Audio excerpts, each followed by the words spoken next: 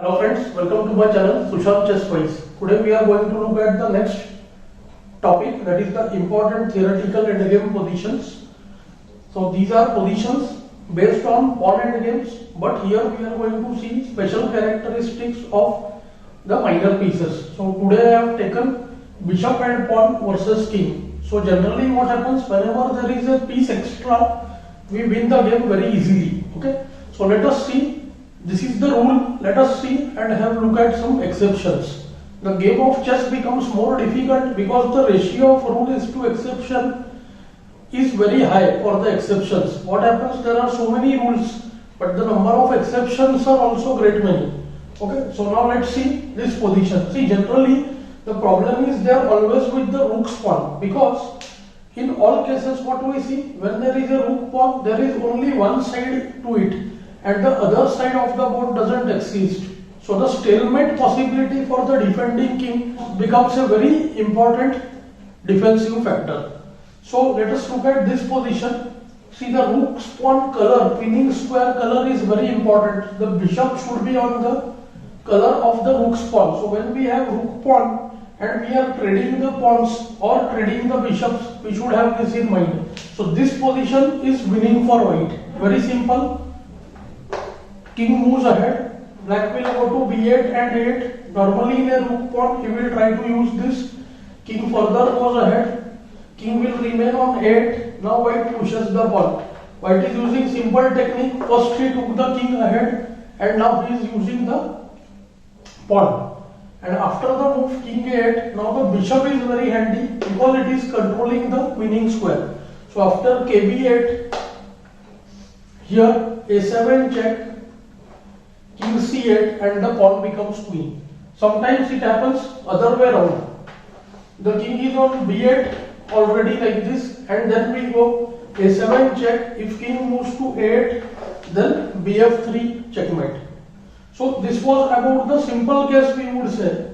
Okay, why only the rook pawn? Because let's say in any middle pawn, the case of bishop's color being right or wrong doesn't appear. Winning square is other than that of the bishop, so it is the opposite color of the bishop. But what white will do, because of the bishop's power, the bishop will be able to waste moves. See, black has got the opposition. Without this bishop, we know that this position is drawn. Okay, but now after the move d6, kd7, kd5, kd8, ke6, ke8. Now see, we have this position where normally what happens, without the bishop it would have been drawn. Bishop cannot attack the winning square, but this is position number 1 with white to play. Just white will waste the bishop move anywhere and snatch the opposition. So after kd8, d7, kc7, ke7. So here the bishop was used, extra piece was used for just wasting the move. Let's make this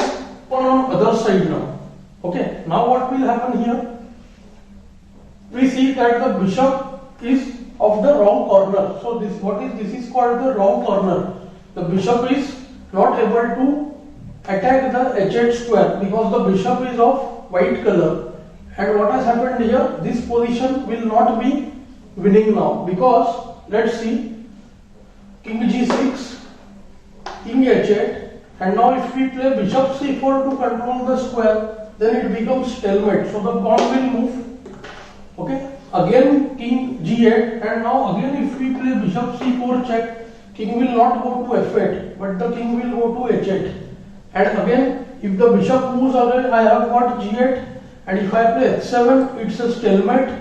So no progress is possible. Suppose I take the bishop away, again the king goes to g8.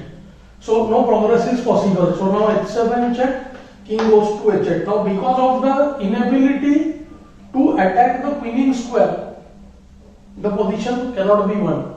So here if the pawn was on the a file and the bishop is of dark square, then the position will not be winning. Now let us look at one exceptional case here. Say the bishop is of the wrong corner, okay, but the king has not managed to come to b7 or b8 squares. So for rook pawn what happens? b7 and b8 are the key squares. So now if white can play something like bishop f4 and control the b8 square, then we see that the king will never be able to manage there. Do not, after the move a6, king b8, nothing could have been done because king reaches 8 and it keeps on wasting time, moves on 8 and b8 squares, because a7 will always make it a stalemate. So after the move bishop f4, king has to go to d8, and now a6, a7 and 8 cannot be stopped because the king is unable to reach the squares near the winning square. Let's say another exceptional case. This time the white bishop is in a bad position, so it's not able to come and attack the b8 square from different diagonals. Here what we see, after the move bishop c7, the position becomes stalemate. After the move a6, king simply moves to b8 and it becomes drawn.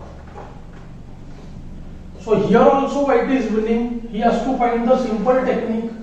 The idea is to control the b7 and b8 squares both. Bishop comes to a7, forces the king to d8. Now white can do many things. Firstly, he can reroute the bishop. He can go to b8, kc8 and move the bishop away, then start pushing the pawn. He can go other way around also. He can just play a6, king c8, king b6, king d8. Now we see that the king has moved away, and now he can just move the bishop to b8, kc8 and a7, and next move the pawn will queen. So knowing these important positions at this stage makes sense because we have covered all the basics of king and pawn endgames. So after knowing the basics of king and pawn endgames, it makes sense to know these positions now. In the upcoming lessons, I will be showing you some exceptional cases with the knight also. Today we covered the cases with the bishop. I hope you are enjoying these lessons. Do like, share and subscribe the channel. Thanks for your time.